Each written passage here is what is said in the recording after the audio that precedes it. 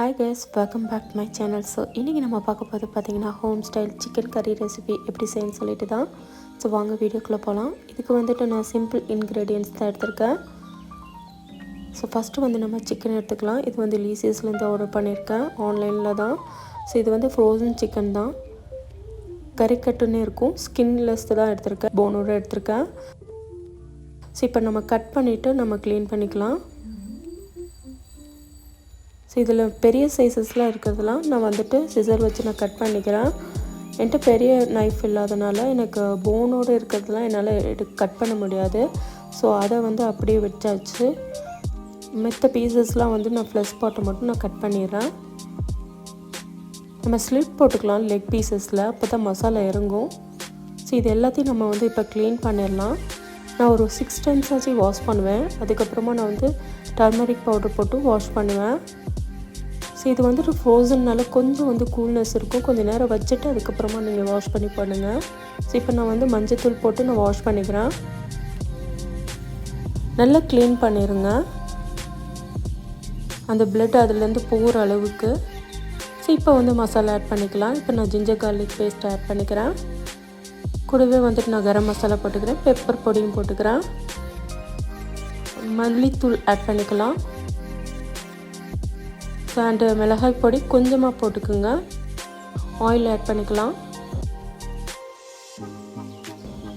கூடவே வந்து lemon add பண்ணிக்கோங்க. அண்ட் கர்ட் ஆட் பண்ணிடுங்க.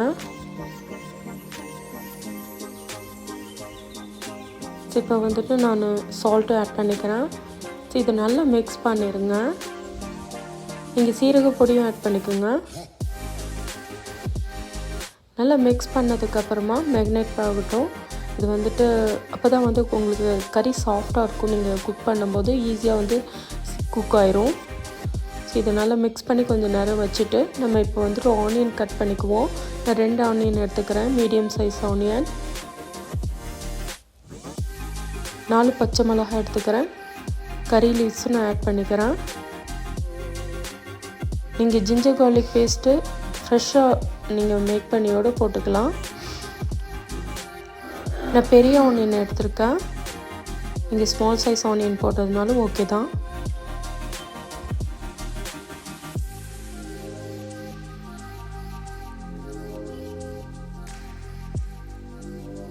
ஸோ இதெல்லாமே ஸ்லைஸ் பண்ணிவிட்டு பச்சை மிளகாவும் ஸ்லைஸ் பண்ணிடுங்க. நான் 3 பச்சை மிளகா எடுத்திருக்கேன்.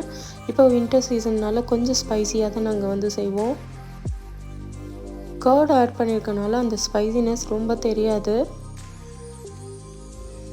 நான் கறி லீவ்ஸ் எடுத்து வச்சுட்டேன். ஸோ இப்போ நான் டொமேட்டோ 2 மட்டும் ஆட் பண்ணிக்கிறேன்.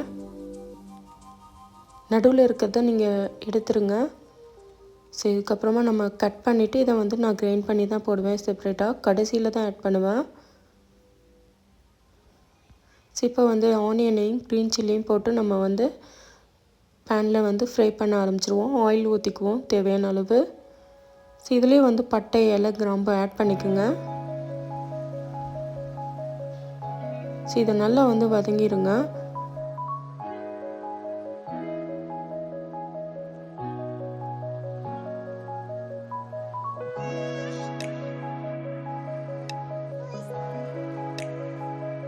ஸோ அதுக்கப்புறமா நீங்கள் சால்ட் போட்டுக்கோங்க. சால்ட் போட்டுட்டு கொஞ்சம் வதங்குறது சீக்கிரமாக குக் ஆகும். ஏன்னா ஆல்ரெடி நீங்கள் சிக்கனுக்கு சால்ட் போட்டுக்கோங்க. ஸோ அந்த அளவை வந்து மைண்ட் பண்ணிக்கோங்க. ஸோ இப்போ வந்து நான் கறி லீவ்ஸும் ஆட் பண்ணிக்கிறேன். கூடவே வந்துட்டு ஜிஞ்சர் கார்லிக் பேஸ்ட் போட்டுக்கிறேன். நீங்கள் ஃப்ரெஷ்ஷாக போட்டுக்கிங்கன்னா போட்டுக்கோங்க. ஸோ இதை நல்லா வதங்கட்டும், அடிப்பிடிக்காமல் இருக்கட்டும். நீங்கள் வந்துட்டு ஆல்ரெடி நான் ஜிஞ்சர் கார்லிக் பேஸ்ட் போட்டிருக்கேன், இதிலே நான் போடுறேன். அகைன் நான் மிளகாய் பொடியும் போட்டுக்கிறேன். பிகாஸ் எண்ணெயில் வந்து வதங்கும் போது உங்களுக்கு இன்னும் ஃப்ளேவர் வந்து ஜாஸ்தி கொடுக்கும். ஸோ இதையும் நல்லா வதங்கிக்குங்க. இதுக்கப்புறம் நம்ம வந்து சிக்கன் ஆட் பண்ணிட வேண்டியது தான். உங்களுக்கு காரம் எவ்வளோ தேவையோ அந்தளவுக்கு போட்டுக்கோங்க. ஸோ இப்போ வந்து நான் சிக்கன் ஆட் பண்ணிடுறேன்.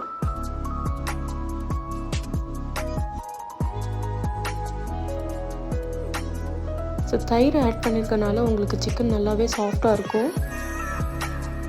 இதை நல்லா மிக்ஸ் பண்ணி விட்ருங்க. இது கொஞ்சம் குக் ஆனதுக்கப்புறமா நீங்கள் வந்து கரம் மசாலாவும் ஆட் பண்ணிக்கோங்க. அண்ட் தென் அந்த தக்காளியை வந்து நம்ம கிரைண்ட் பண்ணியும் ஆட் பண்ணிக்கலாம். ஸோ இதை நல்லா வந்துட்டு இதை மிக்ஸ் பண்ணிடுங்க. அந்த மசாலா போட்ட தண்ணி மட்டும் ஆட் பண்ணிக்கிறேன். இப்போ தக்காளியை நம்ம ஆட் பண்ணிடலாம். கரம் மசாலா பவுடர் போட்டுடலாம்.